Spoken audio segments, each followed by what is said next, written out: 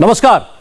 लखीमपुर की घटना के बाद प्रधानमंत्री मोदी ने आज किसानों से बात की, गांव के गरीबों को अपने अंदाज में समझाया। प्रॉब्लम क्या है ये तो सब बताते हैं। 75 साल पुरानी समस्याओं का समाधान भी हो सकता है, ये मोदी बता रहे हैं। कल 7 अक्टूबर को शासन में नरेंद्र मोदी के 20 साल पूरे हो रहे हैं। 13 साल मुख्यमंत्री और अब 7 साल प्रधानमंत्री। लगातार सरकार चला रहे नरेंद्र मोदी की सबसे बड़ी ताकत क्या है? उनके करीबी बताते हैं कि सीएम रहते हुए भी और पीएम रहते हुए भी नरेंद्र मोदी अगर कोई समस्या देखते हैं तो उसका समाधान ढूंढने की कोशिश करते हैं। समाधान भी ऐसा जो गांव-गांव तक पहुंचे, गरीब किसान तक पहुंचे। बहुत से नेता टेक्नोलॉजी से भागते देखे होंगे आपने। मोदी टेक्नोलॉजी के साथ कामयाब प्रयोग करते हैं। 20 साल से यह मोदी मॉडल का बेस है। ऐसी तकनीक का इस्तेमाल हो जिससे आसानी से गरीब तक सरकारी मदद पहुंच सके। ऐसा मोदी करते कैसे हैं? मोदी मॉडल को समझाने वाली इस रिपोर्ट से कुछ डिटेल्स आपको पता चलेंगी।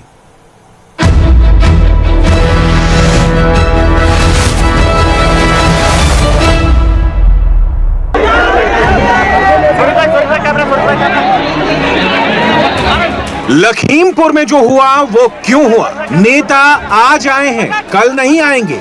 सच तो यही है कि यूपी में चुनाव है, इसलिए लखीमपुर पर इतना तनाव है।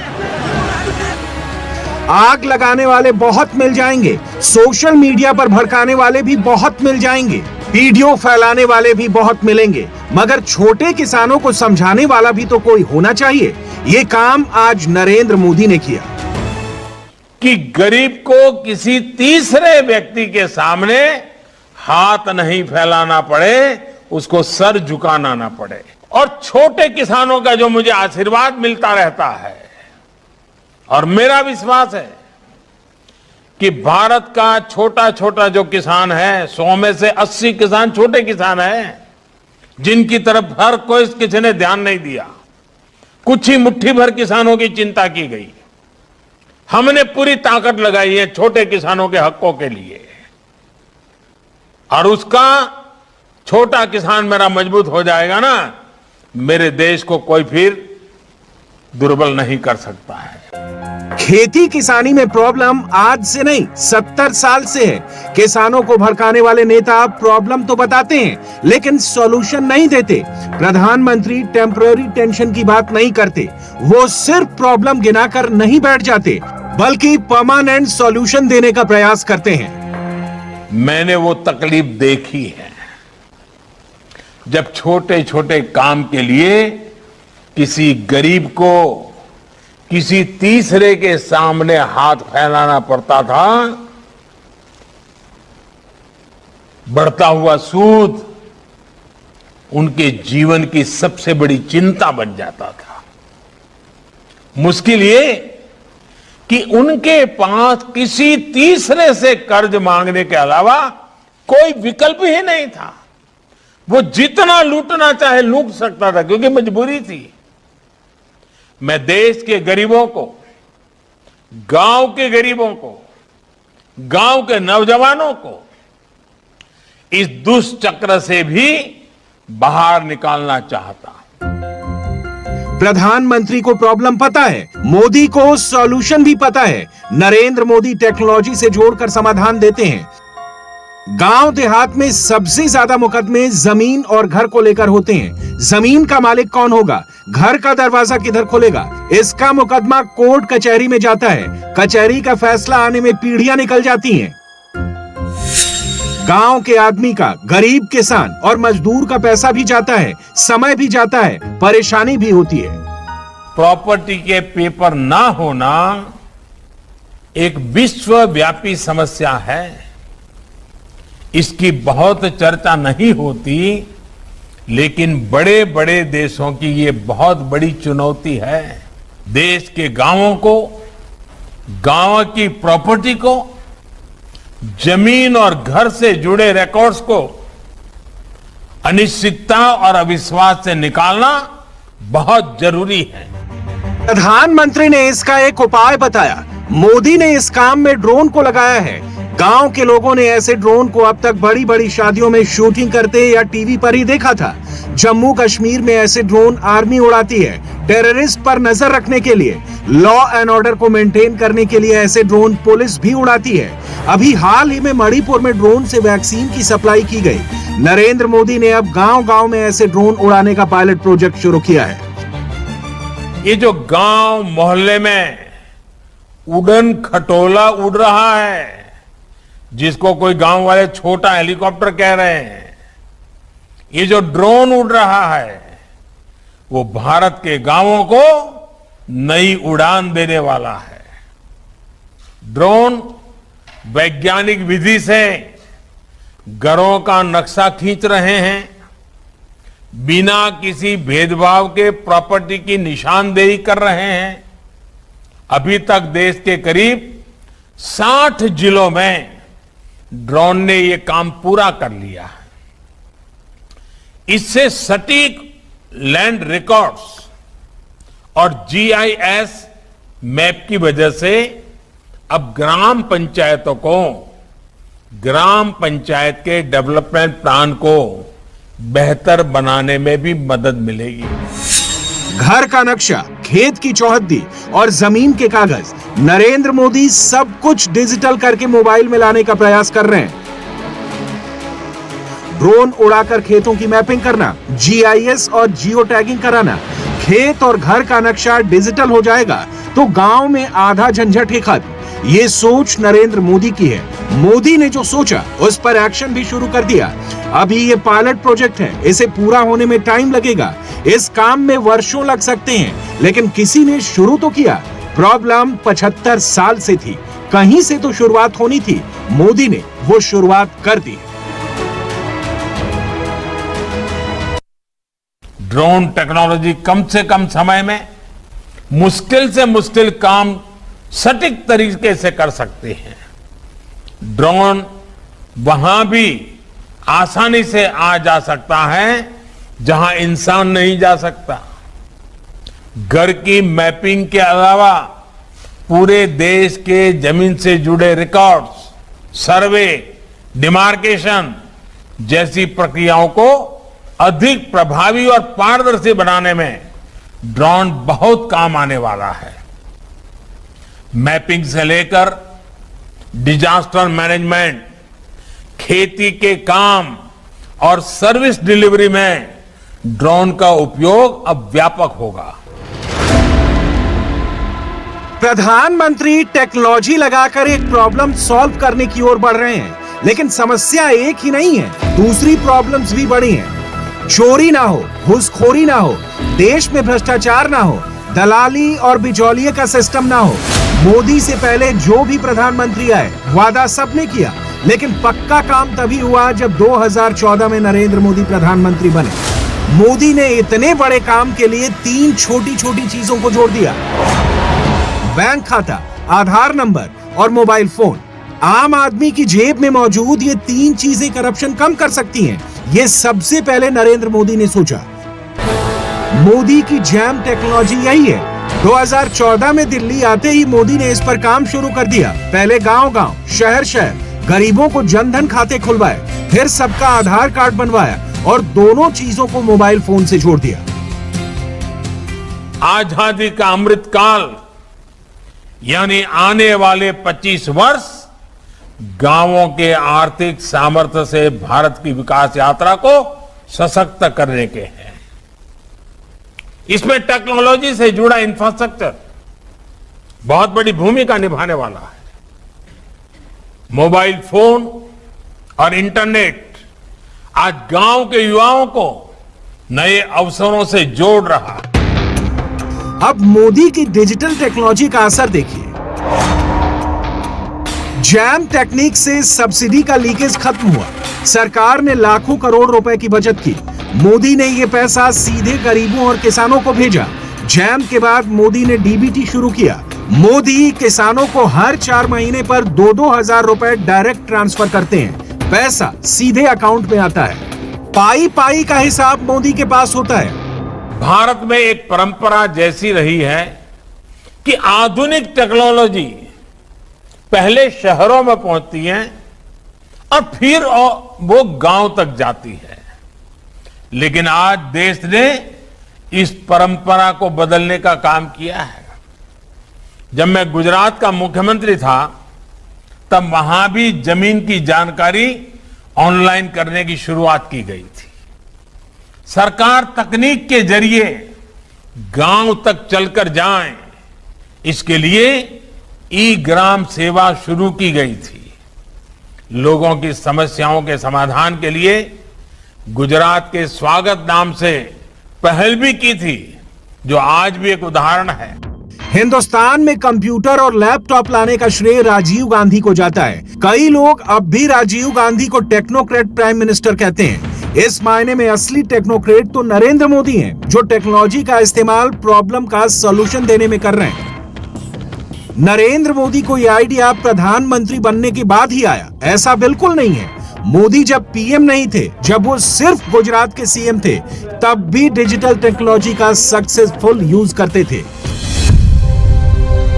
गुजरात के गांव-गांव तक इंटरनेट पहुंचाने में टेक्नोलॉजी का इस्तेमाल मोदी ने किया।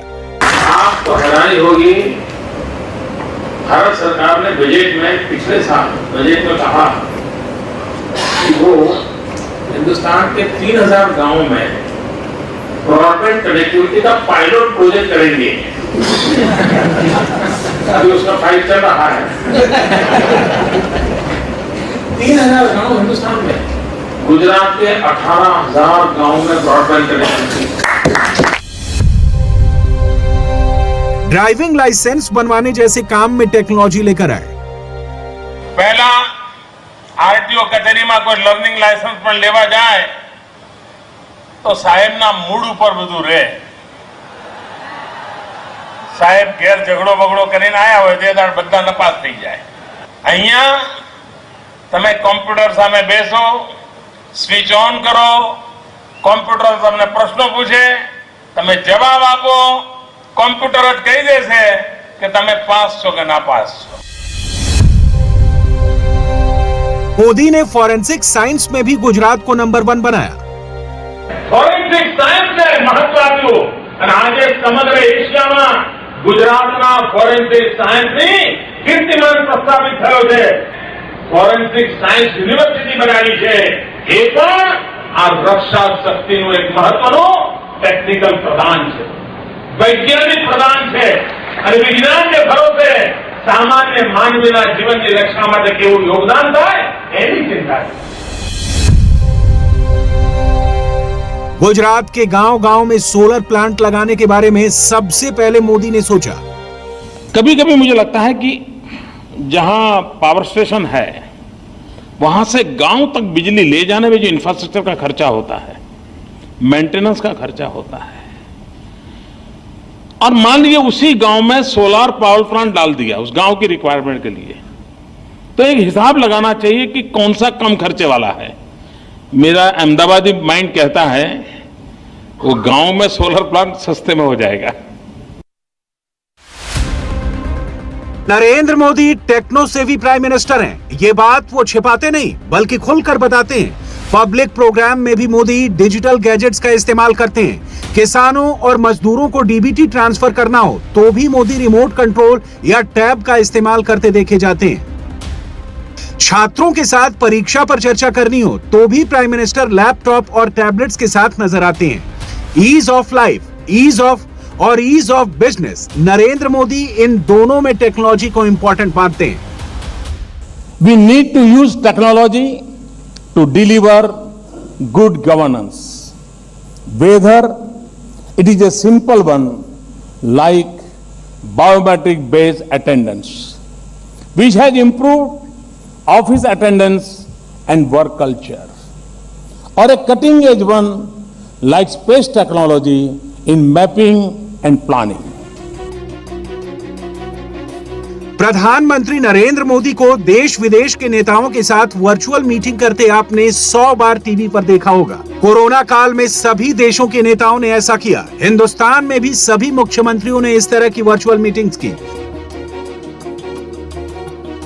नरेंद्र मोदी ने आज से 20 साल पहले यानी 2001 में ही ऐसा करना शुरू कर दिया था। गुजरात के मुख्यमंत्री अपने अफसरों के साथ वीडियो कॉन्फ्रेंस करते ताकि अफसरों का समय बचे जिसे वो जनता के काम में लगा सकें। मोदी के सामने लगे मॉनिटर पर गौर कीजिए। 20 साल पहले मॉनिटर छोटा था, लेकिन तब भी नरेंद्र मोदी की सोच बड़ी थी। उस समय की यही टेक्नोलॉजी थी जिसे अपनाने में गुजरात के मुख्यमंत्री ने देर नहीं की। मोदी जब पीएम नहीं थे, मोदी जब सीएम नहीं थे, तब भी मोदी टेक्नोलॉजी अपनाने में सबसे आगे रहते थे। हिंदुस्तान में डिजिटल कैमरा यूज करने वाले मोदी शुरुआती लोगों में से हैं। कैमरे का इस्तेमाल करके पॉलिटिकल तस्वीरों को जल्द से जल्द ब्रॉडकास्ट करने का सिलसिला भी नरेंद्र मोदी ने ही शुरू किया। ये बात सही है। देखिए, दुनिया टेक्नोलॉजी ड्रिवन है, हम उससे परहेज नहीं कर सकते, उसका मैक्सिमम उपयोग कैसे कर सकते हैं। और मैं ये मानता हूं कि इंफॉर्मेशन टेक्नोलॉजी का जो रिवॉल्यूशन है, डिजिटल वर्ल्ड का जो रिवॉल्यूशन है, हम आर्टिफिशियल इंटेलिजेंस के युग में प्रवेश कर रहे हैं। इसमें ट्रांसपेरेंसी की बहुत भारी संभावना है और इसलिए एफिशिएंसी है, ट्रांसपेरेंसी है, इजी गवर्नेंस है, इन सारा को देखते हुए हमने इसको बल देना चाहिए। नरेंद्र मोदी की कुछ पुरानी तस्वीरों को देखें तो उनकी माइक से हमेशा एक रिकॉर्डर अटैच दिखेगा। इस रिकॉर्डर का भी मोदी ने सक्सेसफुल यूज किया। एकता यात्रा के दौरान मोदी काफिले की पहली गाड़ी में होते थे। काफिले की आखिरी गाड़ी तक संदेश पहुंचाने के लिए मोदी अपनी बात को रिकॉर्ड करके पीछे वाली गाड़ी को दे देते थे। पीछे वाला अपने पीछे की गाड़ी में वो रिकॉर्डर पहुंचा देता था।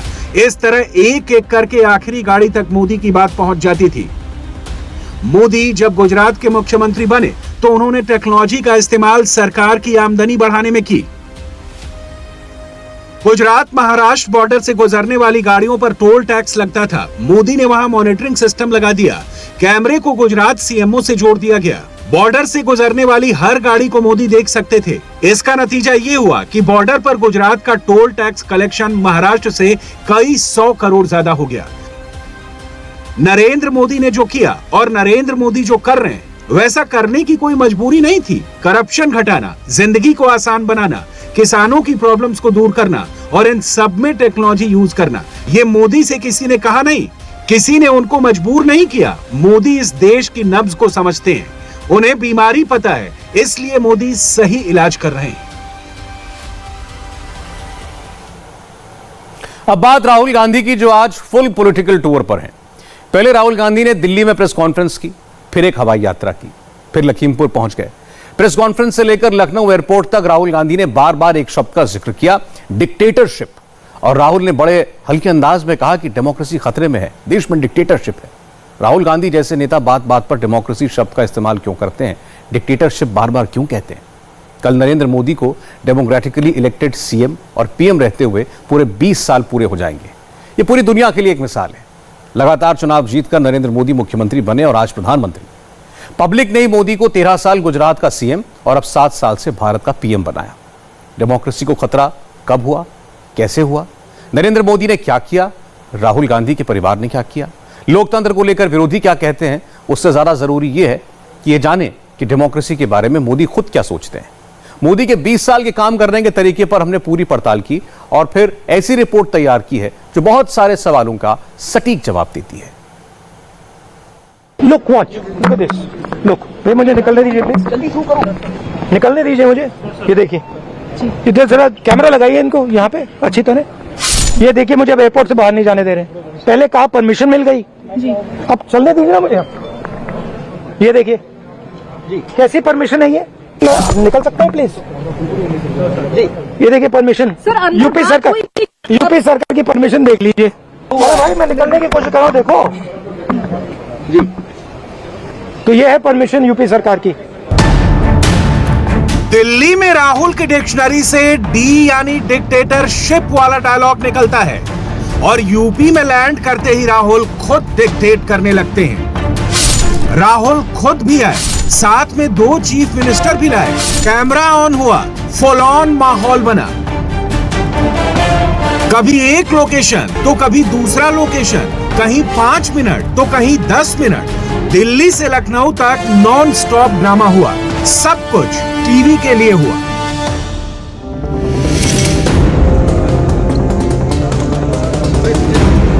पहले राहुल ने मोबाइल पकड़ा, फिर किसी और को थमाया और इस तरह पूरे देश में मोबाइल फोन से इस सियासी तमाशे का लाइव टेलीकास्ट हुआ।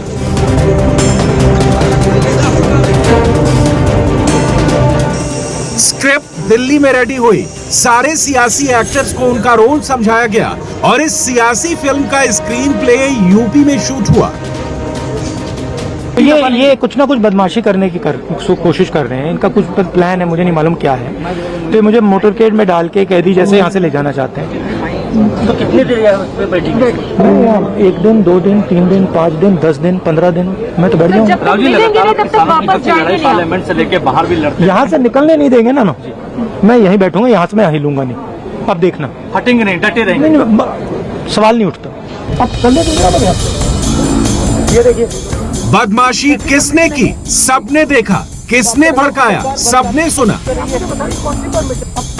विडंबना देखिए, बंद कमरे में राहुल पुलिस वालों के साथ सोफे पर बैठकर भरपेट नाश्ता करते हैं और बाहर निकलते ही उन्हीं पुलिस वालों से तू तू मैं करने लगते हैं।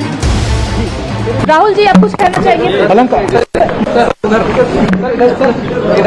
सर इधर से, सर इधर, सर गाड़ी हमारी गाड़ी यहाँ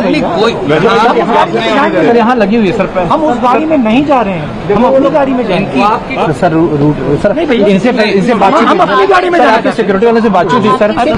कानून के बेसिस पर, हमसे कानून के बेसिस पर प्रॉब्लम कर दिया कि हैंडल से सारी गाड़ियाँ लगाई गई। मुझे नॉर्मल में जाना है, मुझे वीआईपी में जाना ही नहीं है। सर आपकी सिक्योरिटी को देखकर सर सर जाना है। सर आपकी गाड़ी है सर, आपकी की गाड़ियाँ लगी है,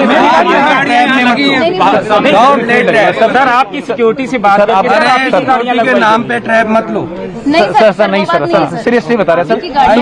और हम लोग सीतापुर बॉर्डर तक एस्कॉर्ट कर रहे हैं सर, हमारा एस्कॉर्ट लगा। सर हमारा सीतापुर बॉर्डर तक एस्कॉर्ट। सर हम लोग पूरा ड्यूटी लगाया सर, सर। ये तस्वीरें, ये ऑडियो, ये वीडियो, इन्हें देखकर तो साफ पता चलता है कि डिक्टेटर कौन है, डिक्टेटरशिप कौन कर रहा है। लेकिन राहुल जो लाइन लेते हैं उसका मकसद सिर्फ एक होता है, मोदी को घेरो, दिल खोलकर अनाप शनाप बोलो। डिक्टेटरशिप देखिए, यहाँ पे जो डेमोक्रेसी हुआ करती थी, आज हिंदुस्तान में डिक्टेटरशिप है। सीधी सी बात है। देश का जो ढांचा है, इंस्टीट्यूशनल जो स्ट्रक्चर है, उसको बीजेपी आरएसएस ने काबू कर लिया है। और ये सिर्फ मीडिया की बात नहीं है। आप जानते हो मीडिया को किस प्रकार से कंट्रोल किया जाता है। इसी प्रकार से हिंदुस्तान के सब इंस्टीट्यूशंस को कंट्रोल किया गया है। राहुल की सियासी डिक्शनरी में सिवाय मोदी से नफरत के कुछ और है ही नहीं।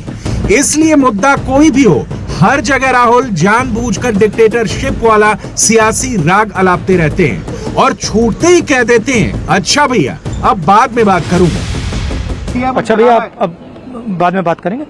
Thank you. हर बात पर डेमोक्रेसी का लेक्चर देना एक बात है, मगर उसे खुद अमली जामा पहनाना दूसरी बात है। इस पैमाने पर खुद गांधी परिवार का ट्रैक रिकॉर्ड क्या है, डिक्टेटरशिप और कांग्रेस की हिस्ट्री क्या है, उसकी मिस्ट्री क्या है, आज ये समझना भी जरूरी है। अध्यक्ष महोदय, मैं उस देश का प्रतिनिधित्व कर रहा हूं जिसे मदर ऑफ डेमोक्रेसी का गौरव हासिल है। लोकतंत्र की हमारी हजारों वर्षों की महान परंपरा रही।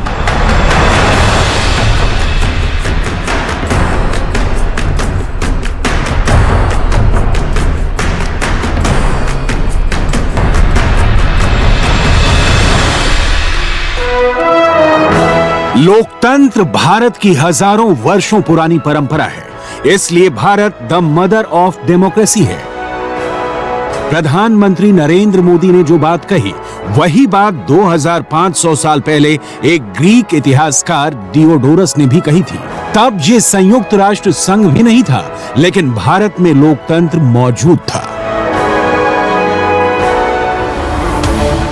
डियोडोरस ने लिखा कि जब अलेक्जेंडर ने भारत पर हमला किया तो भारत में स्वतंत्र और लोकतांत्रिक राज्य मौजूद थे और इन लोकतांत्रिक गणराज्यों ने अलेक्जेंडर का मुकाबला किया था।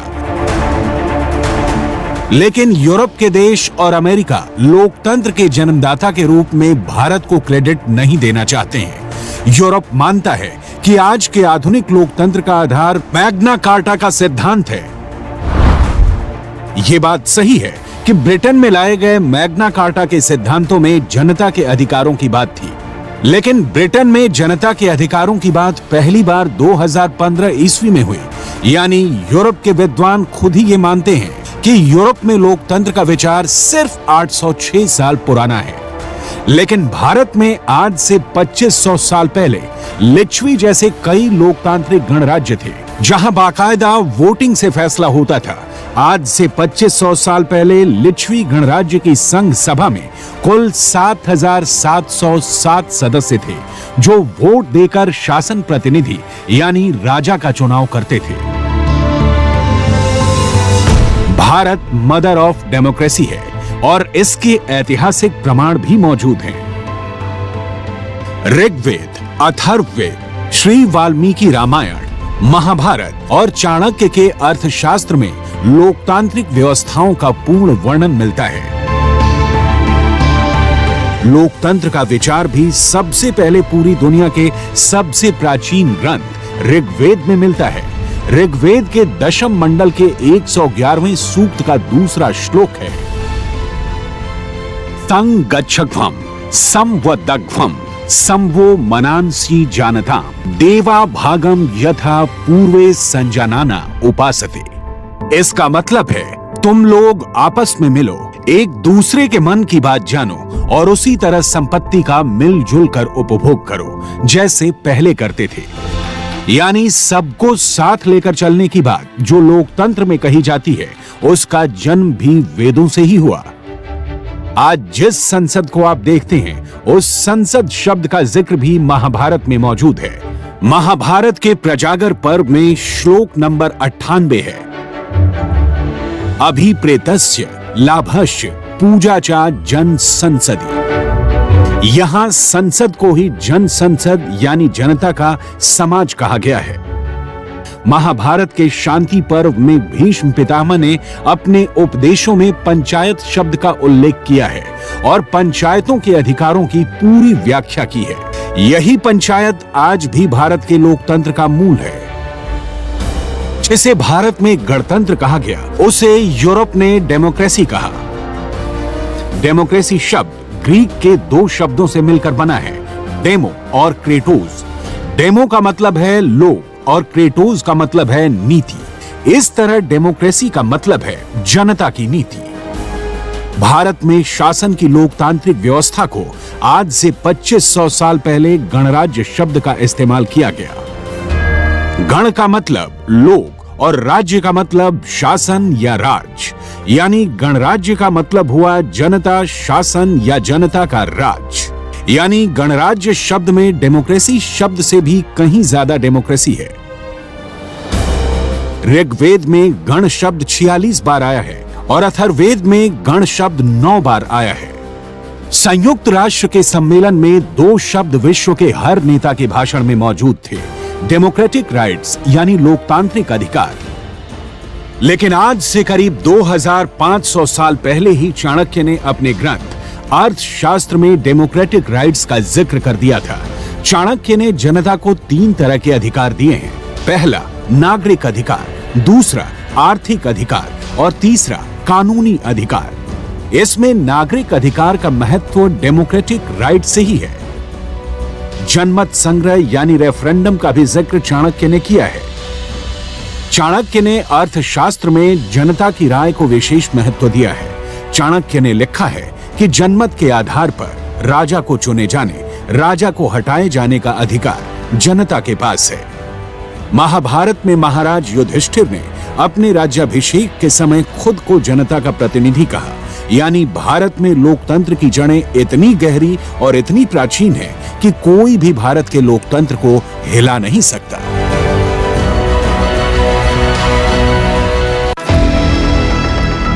लेकिन विरोधियों ने मोदी पर अनाप शनाप आरोप लगाए। सच्चाई यह है कि मोदी के विरोधी आज तक प्रधानमंत्री को समझ ही नहीं पाए हैं। साल 1978 में प्रधानमंत्री नरेंद्र मोदी संघ के प्रचारक बने। साल 2001 तक नरेंद्र मोदी संगठन का ही काम करते रहे, यानी 23 साल मोदी ने संगठन के लिए काम किया और साल 2001 से अब तक यानी 2021 तक पहले 13 साल गुजरात में और फिर 7 साल भारत के प्रधानमंत्री के रूप में मोदी हेड ऑफ गवर्नमेंट है। इन 20 सालों में मोदी के पास पावर रही है।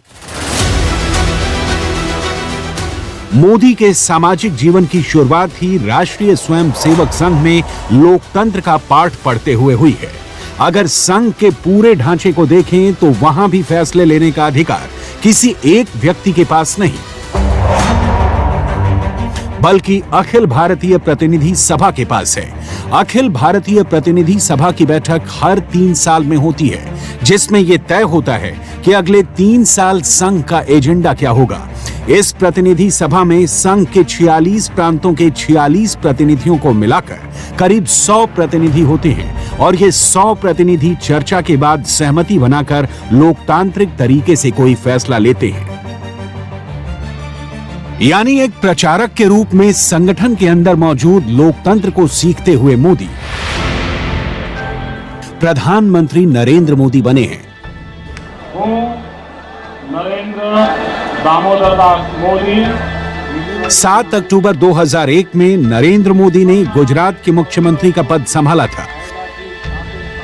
गुजरात में आए भूकंप के बाद केशुभाई पटेल के कामकाज पर सवाल उठने लगे थे। 1 साल बाद राज्य में चुनाव थे और केंद्रीय नेतृत्व को लगा कि केशुभाई पटेल की अगुवाई में चुनाव नहीं जीता जा सकता, इसीलिए केशुभाई को हटाने का फैसला किया गया और नरेंद्र मोदी को मुख्यमंत्री पद की शपथ दिलवाई गई। केशुभाई को हटाने का जो फैसला था वो पूरी तरह केंद्रीय नेतृत्व ने लिया था। नरेंद्र मोदी ने सत्ता और राजनीतिक रिश्तों में हमेशा रिश्तों को तरजीह दी। साल 2012 में केशुभाई पटेल मोदी विरोध में इस हद तक चले गए कि उन्होंने अपनी नई पार्टी बनाकर चुनाव लड़ा, लेकिन उन्हें सिर्फ 2 सीटें मिली। दूसरी तरफ नरेंद्र मोदी साल 2002, साल 2007 और साल 2012 का चुनाव जीतकर तीसरी बार मुख्यमंत्री बने, लेकिन उन्होंने कोई जश्न नहीं मनाया, बल्कि चुनाव जीतकर सीधे केशुभाई पटेल के घर जाकर उनके पैर छुए। ये संस्कार मोदी का था और सम्मान केशुभाई का था। अब तक के अपने पूरे राजनीतिक जीवन में कभी भी नरेंद्र मोदी ने केशुभाई पटेल के खिलाफ एक शब्द भी नहीं बोला। मोदी जी, अब एक सवाल शायद इमोशनली भी आपके साथ काफ़ी जुड़ा हुआ है, आप इसके साथ जुड़े हुए इस सवाल के साथ। पिछले 10 सालों में आपके शासन के दौरान ऐसे क्या परिवर्तन आए भाजपा में कि अब आपके जो बहुत खास सहयोगी वो आपके विरुद्ध परिवर्तन यात्रा लेकर निकल पड़े? मैं इन सारे विषयों की चर्चा सार्वजनिक रूप से नहीं करना चाहता और पहले भी नहीं की है, अब करने की आवश्यकता लगती नहीं है। क्यों, कोई खास वजह? अपने कुछ नियम और सिद्धांत हैं। विरोधियों के साथ रिश्तों में भी नरेंद्र मोदी के अपने आदर्श और सिद्धांत हैं और मोदी के ये वसूल दिल्ली में भी नजर आए। 9 फरवरी 2021 को प्रधानमंत्री नरेंद्र मोदी ने राज्यसभा में गुलाम नबी आजाद के लिए फेयरवेल स्पीच दी। देश ने पहली बार देखा जब भारत के प्रधानमंत्री संसद के अंदर नेता विपक्ष के लिए भावुक हो गए। उस रात को एयरपोर्ट से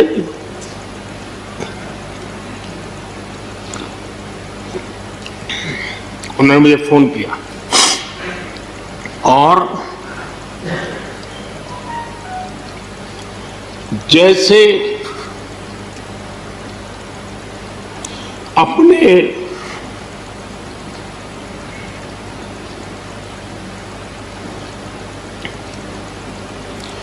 परिवार के सदस्य की चिंता करें,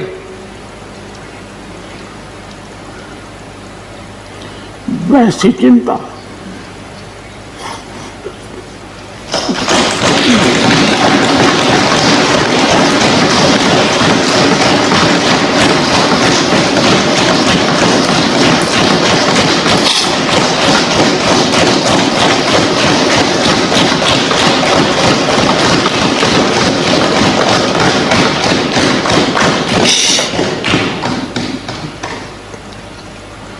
पद, सत्ता जीवन में आती रहती है, लेकिन उसे कैसे पचाना,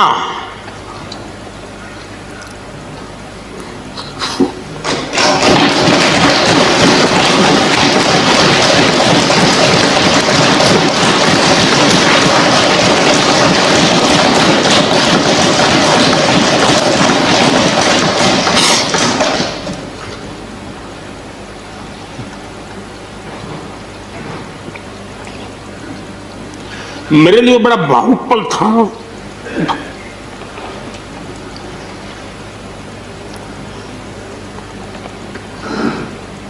दूसरे दिन सुबह फोन आया कि मोदी जी सब लोग पहुंच गए।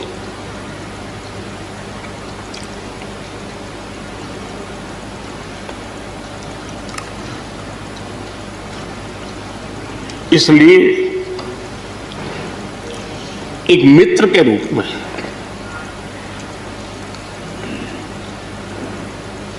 गुलाम नबी जी को घटना और अनुभव के आधार पर मैं आदर करता हूं।